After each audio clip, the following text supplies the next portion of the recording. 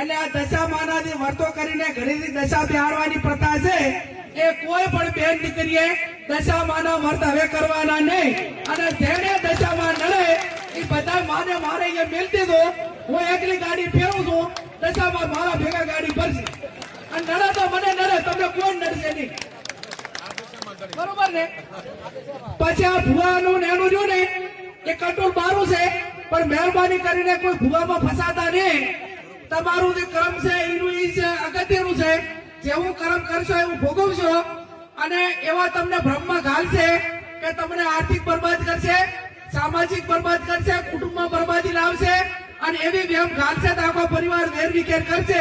એટલે મહેરબાની કરીને કોઈ પણ પ્રકારનું દખ હોય તો ડોક્ટરને બતાવવું, હગાવાલાને બતાવવું, એને વાત કરવાની. કોઈ પણ અકામણ હોય તો વાત કરવાની. 5 જણા મિત્રોને કહેવાનું, પણ ચાહે અંધશ્રદ્ધામાં આવવાનું ને.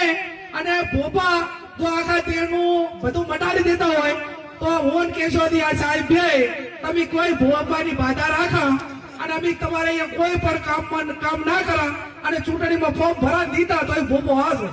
એ આપણે બીજાની આબરૂ થાય એવું આપણે ના કરવું જોઈએ.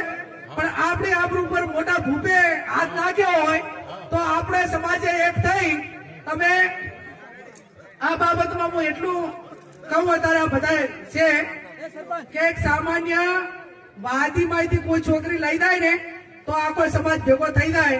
અને તમારા સમાજ ને આપણા સમાજ એટલે આપણા સમાજમાંથી ગમે એટલી દીકરીઓ બીજો સમાજ લઈ જાય ને તો એના માટે સમાજ આક્રમક નથી.